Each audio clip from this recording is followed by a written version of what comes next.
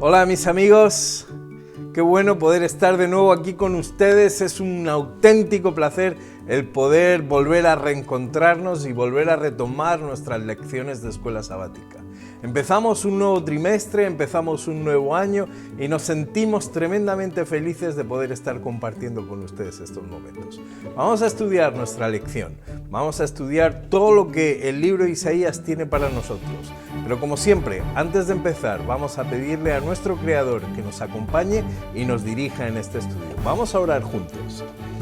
Precioso Señor que estás en los cielos, queremos pedirte ahora que tú nos ilumines, que tú nos des capacidad preciosa y sagacidad, Señor, para entender este libro que fue tan importante en la vida de nuestro Señor Jesús y que es tan importante y revela tantas cosas para nosotros.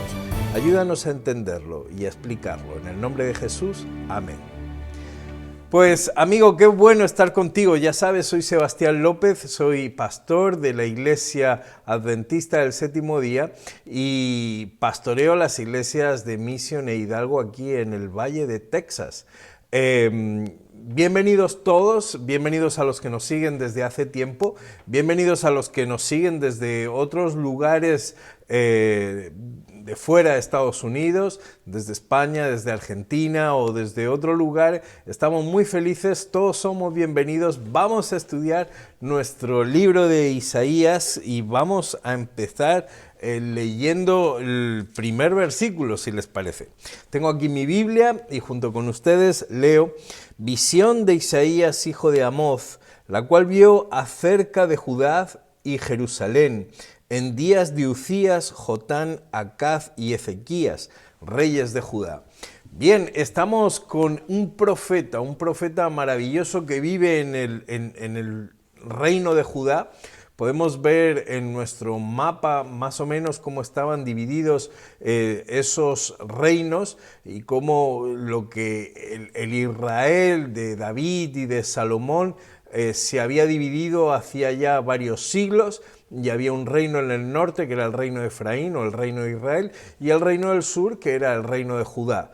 Entonces allá estaba Jerusalén y desde allí es de donde sale nuestra historia. Vivimos aproximadamente en el año 700 a.C., ¿de acuerdo? Esto es lo que se nos está contando aproximadamente, sobre el 700 a.C., y los poderes hegemónicos, los poderes que se mantienen, pues todavía Judá, todavía Israel, están manteniendo un poco el poder, divididos en un gran imperio que son los asirios, que están al norte, que hacia el 720 tomarán Israel, tomarán Samaria, deportarán a Israel. Todavía estamos todavía un poco antes de ese asunto, ¿no? Y Judá quedará como una isla en medio de esos reinos, ¿no? Mirando hacia algunos otros poderosos, como pudiera ser Egipto, que ya no era el imperio de otras épocas, y viviendo, como digo, tiempos tumultuosos porque muchas cosas habían cambiado a lo largo de todos estos años o de todos estos siglos y por todos estos reyes, que algunos se habían mantenido fieles a Dios y otros directamente habían estado adorando ídolos. Pero vamos a ver eso un poquito más adelante. Vamos a ver en primer lugar cómo se presenta Dios aquí, y podemos ver que en el versículo 2 ya está señalando: oíd cielos y escucha tú tierra, porque habla Jehová. Miren, Dios se presenta de forma impresionante. En nuestra lección de escuela sabática, una de las cosas que nos dice es eso, ¿no? Que Dios estaba presente hablándole al pueblo de una manera, pues a veces leemos en textos antiguos cómo los reyes hacían pactos con otros pueblos, y entonces a partir de ahí ellos invocaban a sus dioses para hacer ese pacto. Ahora es Dios el que está hablando del pacto, y Dios se presenta como Jehová, como Yahvé, como el Dios del pacto. Acuérdate que yo hice un pacto contigo, yo te liberé de Egipto, yo te di leyes y a ti te va bien cuando sigues mis leyes, ¿no? Bueno, pues aquellos reyes invocaban a sus dioses. Dios, ¿a quién va a invocar? No, no va a invocar a nadie, simplemente dice tierra, en este caso habla cielos, escucha, es un pacto, es el Dios del pacto que está llamando a su pueblo. Y está llamando a su pueblo en época de Isaías, pues porque realmente hay un problema, el que ahora vamos a ver. Pero no solamente eso, cuando Dios está haciendo esa invocación, yo creo que es una invocación tan sumamente abarcante que no se queda en la época y en el momento. Vamos a ver que ese mensaje también es un mensaje para nosotros, es un mensaje que nos está hablando, es un mensaje que tenemos que escuchar, es un mensaje que nos va a llegar y nos va a llegar muy al corazón. Yo les estoy diciendo esto de que en el versículo 2 Dios se está presentando como Yahvé o como Jehová, ¿no? Es muy bonito cuando hablamos de esa interacción que hay entre Yahvé, entre la palabra Yahvé y la palabra Adonai. Ya saben que los hebreos nunca decían el nombre de Yahvé, ellos utilizaban, cuando llegaban a ese nombre, decían Adonai. Y cuando finalmente tomaron las vocales de Adonai, tomaron las vocales de Yahvé, o sea, las consonantes de Yahvé, las juntaron y quedó algo así como Jehová o Yahvé, ¿no? Pero bueno, esto es otro tema que hablaremos en otro momento y en otra circunstancia. Interesante es que un poquito más adelante, en el versículo 10, Dios sigue hablando con su pueblo, Dios se está presentando a su pueblo y no solamente les recuerda que Él es el Dios del pacto, que Él es el Dios que crea la vida, ¿de acuerdo? O del que emana la vida, sino que también en el verso 10 ya se va a presentar como, utilizando las palabras del original, como Elohim, ¿de acuerdo? Como el Dios todopoderoso, como el Dios que dirige todo el cosmos, ¿no? Ese es Dios, ese es el que está hablando con su pueblo y les está diciendo, o sea, y se está presentando así para que tengan bien presente que no es como los otros dioses, es el Dios que guió a Israel, que creó a Israel, que hizo a Israel y que lo hizo grande. Por eso está diciendo, si me acompañan de nuevo a la lectura, crié hijos y los engrandecí, y ellos se rebelaron contra mí. El buey conoce a su dueño y el asno el pesebre de su señor. Israel no entiende, mi pueblo no tiene conocimiento. Miren, esta es la situación de Israel. Israel ha perdido el conocimiento, Israel ha perdido el entendimiento y camina por una senda que le lleva hacia la locura, camina por una senda que le lleva a la perdición y Dios no hace nada más que llamarle. Fíjense que el texto está hablando en el verso Dios que ellos se rebelaron contra Dios. Si fuéramos al versículo 4, Dios los va a llamar como gente pecadora, pueblo cargado de maldad, generación de malignos, hijos depravados.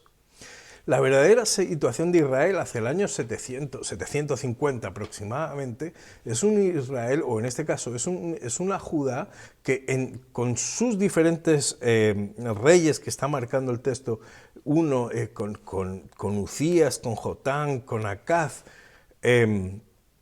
parecía que querían mantener el rumbo, pero finalmente esos reyes se desviaban. Y cuando llegamos a Acaz nos encontramos a un rey perverso, un rey que vive precisamente una situación totalmente idólatra, conquista, se hace fuerte y conquista ese país vecino de Edom y resulta que le arrebata a todos sus dioses y termina adorando él a esos dioses, ¿no? Y poniéndolos delante del templo. Bueno, toda una serie de cosas que podemos ver en los capítulos 1, 2, 3 y 4 que están presentando esa situación de Israel. Miren, yo quiero compartir con ustedes algunos textos para que vean esa situación tan difícil, ¿no? O tan inimaginable o tan sorprendente, no sé cómo utilizar la palabra, tan dolida para Dios, ¿no? Viendo lo que estaba haciendo su pueblo. Y dice, por ejemplo, en el capítulo 2, en el verso 6, dice, ciertamente tú has dejado tu pueblo, la casa de Jacob, porque están llenos de costumbres traídas de oriente y de agoreros, como los filisteos, y pactan con los extranjeros. ¿Ven? Esta es una manera en la que Dios está diciendo, pero mi pueblo que se supone que que todavía me honra, que todavía el templo de Dios está abierto, que es verdad que Acaz terminó cerrándolo, pero que está abierto y que se adora a Dios, y sin embargo están todas esas costumbres que vienen de otros lugares, todos esos agoreros, todos aquellos que miran las estrellas, que miran las cartas, o sea, el pitón y demás, todos esos, de eso está lleno la tierra de Judá. Miren cómo hablan, por ejemplo, también en el capítulo 3, otro dato interesante, ¿no? Dice el verso 8, pues arruinada está Jerusalén y Judá ha caído, porque la lengua de ellos y sus obras han sido contra Jehová para irritar los ojos de su majestad. Verso 9, la apariencia de sus rostros testifica contra ellos, porque como Sodoma publican su pecado y no lo disimulan. Un poquito más, verso 16 del capítulo 3, dice, así mismo dice Jehová, por cuanto las hijas de Sión se ensoberbecen y andan con cuello erguido y con ojos desvergonzados, cuando andan, van danzando y haciendo son con los pies. Es interesante, ¿no?, cómo se describe toda esta situación de Israel y cómo, volviendo al capítulo 1, o sea, toda esta situación de Judá, y volviendo al capítulo 1, podemos ver que el profeta está señalando esos pecados horribles y que no se le escapan a Dios de su mirada, ¿no? Estos hijos se rebelan y utilizan algunas palabras en hebreo que en otras épocas vimos, ¿no? Como por ejemplo, hablan de la palabra jatá, hablan de la palabra peshá, hablan de la palabra abón, ¿no? Son palabras que cuando uno pues investiga un poquito te das cuenta que este pashá o peshá habla de gente que se rebela contra Dios, pero que, es decir, que conoce a Dios, que tiene una relación con Él, pero finalmente termina rebelándose contra ello, ¿no? Es como romper con Dios, es ser desleal a Dios. Y eso es lo que está indicando el versículo 2, pero cuando vamos al versículo 4, está hablando, por ejemplo, de que esta gente es gente pecadora, es gente que se hace culpable, que ofende a Dios con su manera, con su manera de actuar, con sus costumbres, con sus hábitos, o sea, actúan mal, ¿no? Hacen mal las cosas y hiriendo el corazón de Dios. Y un poquito más seguimos y nos encontramos también que esa gente pecadora, cuando actúa mal y lo hace con propósito. Es decir, hace el mal por hacer el mal, ¿no? Y mira, a Dios esto es algo que le entristece profundamente, porque Él habla que sus hijos se tenían que estar ocupando precisamente de lo contrario, tenían que hacer el bien a las viudas, el bien a los huérfanos. Cuán duro es, cuán triste es el hecho de ver gente, y no estamos hablando de gente... ¿Cómo decir esto? No estamos hablando de gente en cierta parte del mundo que hace el mal por el mal, no. Está hablando de su propia casa. Está hablando de la propia casa de Dios, donde se está actuando así. Gente que se rebela, o gente que actúa mal, o gente que actúa mal en conciencia, ¿no? Que hace el mal por el mal. Y es muy triste encontrar en la casa de Dios cómo a los más nobles o a los más pobres de espíritu hay otros que vienen a hacerles daño. Amigo, esto no puede ser ni en la casa de Dios, ni en tu propia casa, ni puede ser entre aquellos que nos estamos llamando cristianos.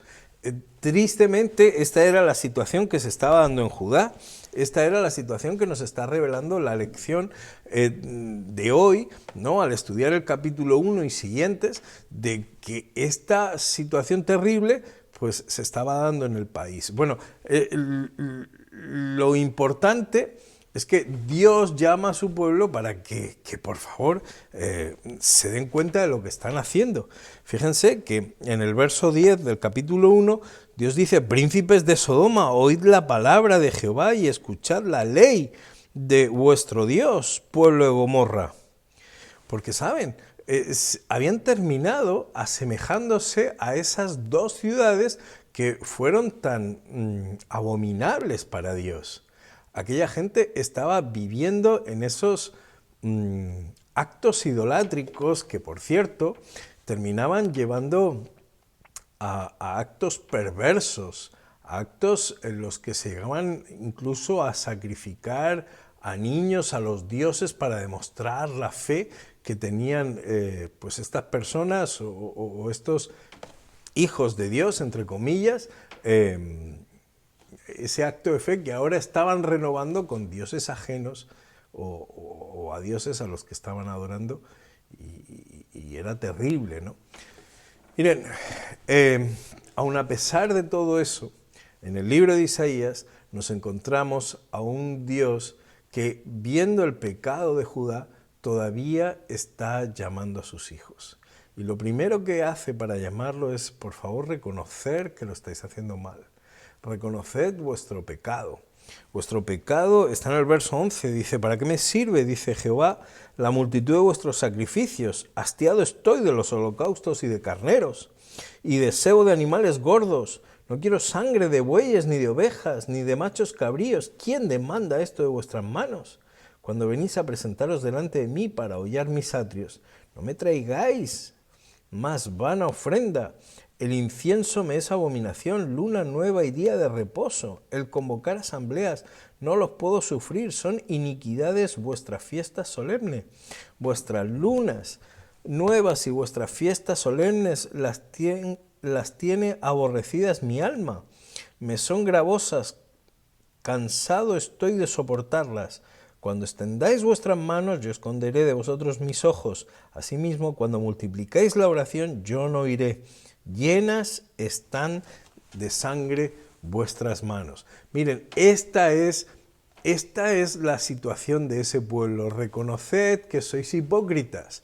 Reconoced que una cosa es lo que venís al templo a hacer y otra cosa muy diferente es lo que hay en vuestras vidas y en vuestros corazones. Puede ser que el sábado estés sentado en la iglesia, pero cuidado lo que pasa en el resto de tu vida, lo que pasa en el resto de tu semana. Estás destrozando el nombre de Dios con tu actitud. Y no solamente eso, sino que con tus maneras, no solamente estás deshonrando el nombre de Dios, sino que también estás deshonrando el tuyo. Porque Dios nos sacó de Egipto, a cada uno nos sacó de nuestro Egipto, y Dios nos liberó, Dios hizo pacto con nosotros. Dios se reveló en su amor y en su poder y nos salvó. Nos limpió de todos nuestros pecados. Y ahora, ¿en dónde estás metido? ¿Hacia dónde te ha conducido este camino de apartarte de Dios, esa rebeldía? Despierta, amigo. Despierta, amiga. No podemos quedarnos en esa situación en la que nos miramos los unos a los otros a la cara y no pasa nada. No, Dios no quiere que seamos hipócritas, Dios no quiere que seamos idólatras, Dios quiere que reconozcamos quiénes somos. Somos sus hijos. Somos sus hijos, reconozcamos que estamos metidos en el pozo y el Señor viene a salvarnos. El Señor viene a librarnos. El Señor viene con su brazo poderoso y extendido para darnos fuerza y para sacarnos del agujero. No sigamos por caminos que destrozan nuestras vidas. Dice él en el capítulo 1, en el verso 18, venid y estemos a cuenta, dice Jehová. Si vuestros pecados fueren como la grana, como la nieve serán emblanquecidos. Si fueran rojos como el carmesí, vendrán a ser como blanca lana. Dios te ama, Dios te está llamando, incluso en medio de tu pecado, aunque te hayas rebelado contra Él, aunque lo hayas hecho a propósito, todavía el amor y la misericordia de Dios, inconcebible para nosotros los seres humanos, Dios la sigue extendiendo. Mira, en el capítulo 5 Dios le cuenta una parábola a su pueblo, y es la parábola de esa viña. Una viña en la que Dios dice que la había cercado, que la había despedregado, que había hecho todo por su viña, la había preparado con tanto amor. Y sin embargo, Dios, que esperaba uvas dulces de esa viña, dice el texto que dio uvas silvestres, uvas amargas. Ahora pues, vecinos de Jerusalén, ¿qué haré yo con mi viña? ¿Qué más podía hacer yo por ella? Sabes, Dios está haciendo todo lo posible por tu salvación. Desgraciadamente en el reino de Judá, desgraciadamente aquellos que eran los hijos de la descendencia de Abraham, aquellos se pervirtieron de tal manera que terminaron dejando de ser la viña del Señor. Mira, al día de hoy Dios todavía nos está llamando. Al día de hoy Dios está tocando la puerta de tu corazón y mi corazón para que despertemos de este mundo de pecado, de este mundo que nos rodea y nos ha arrastrado en sus lazos pecaminosos. Que seamos capaces de salir, que la hipocresía no esté en nuestro corazón, que dejemos de poner otras cosas delante del nombre de Dios y que nos aferremos, porque Él es el único camino, Él es el único que nos lleva a la salvación. Esta es nuestra identidad, somos hijos del Dios creador, somos hijos de aquel que todo lo puede, somos hijos de aquel que ama sobre todas las cosas. Y hoy está llamando a tu puerta y está llamando a la mía, para que nos volvamos a Él, para que le aceptemos como nuestro Señor, para que caminemos junto a Él por sus veredas, para que seamos santos como Él es santo. Te invito a que esto sea una realidad en tu vida. Te invito a que esto se pueda ver desde el cielo y el Señor se goce contigo, porque tú estás caminando con Él a lo largo de tus días. Este es mi deseo para ti, este es mi deseo con este tema, con esta lección. Espero que Dios te ayude y que juntos podamos transitar ese camino y pronto poder vernos allá en el reino de los cielos. Dios te bendiga, amigo. Dios te bendiga, amiga. Grandemente es mi deseo para ti, para tu iglesia y para todos los tuyos. Bendiciones.